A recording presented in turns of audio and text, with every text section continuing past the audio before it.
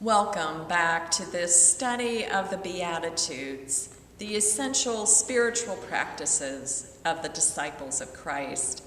I am Pastor Janet Hellner-Burris of the Christian Church of WIlkinsburg, and we are learning what it means for us to be the place for peace through this study of the Beatitudes. Today we are looking at the Beatitude, "Blessed are the peacemakers, for they shall be called the children of God." I am holding today the peace candle that we light every Sunday morning. This candle was made by Palestinian Christians who urge us to pray for peace in Jesus' homeland and peace around the world.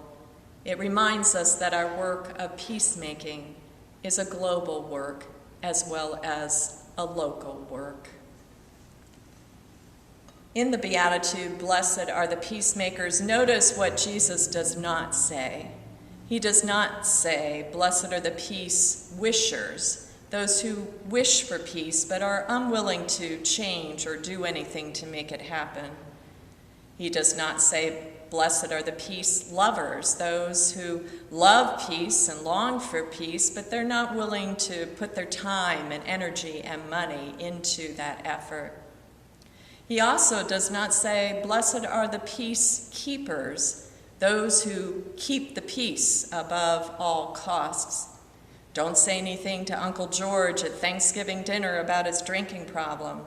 Don't say anything to the boss about the fact that this project might be slightly illegal and probably unethical. Just keep a lid on it. Don't say anything. We don't want to disturb the peace. And yet, as peacemakers, we need to disturb the peace from time to time when the peace that we are disturbing is a status quo that is based not on God's will, but on human ego and greed. Dr. Martin Luther King Jr. often was arrested on the charge of being a disturber of the peace. He knew that he had to disturb the status quo of segregation in order to get us to God's vision for how we should live with each other and be reconciled with one another across the races. And so as peacemakers, we need to not only pray for peace, we need to speak the truth in love. That's what Ephesians tells us to do. We always speak the truth not out of our own ego or pride or selfishness, but always out of agape love.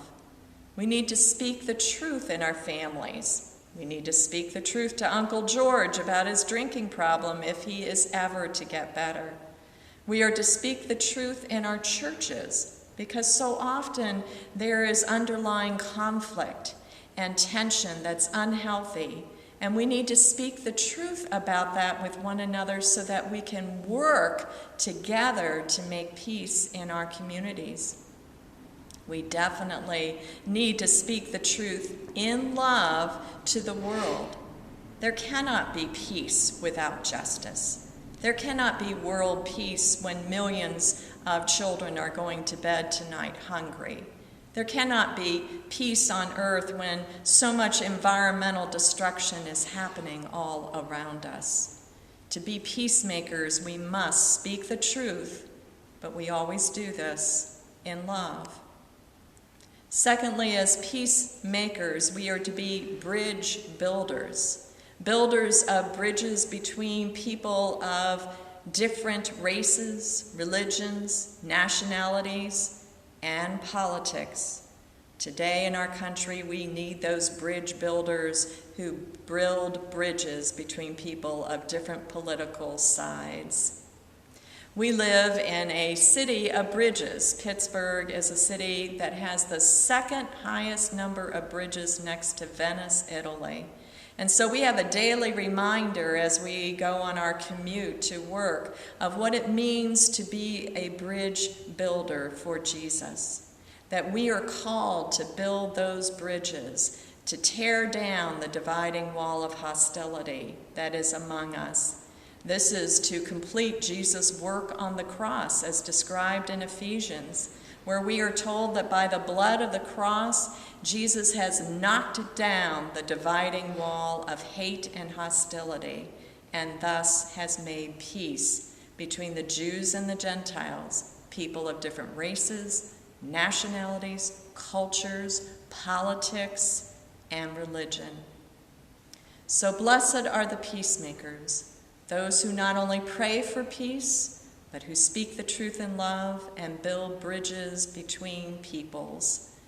Blessed are the peacemakers, for they shall be seen as the true children of God.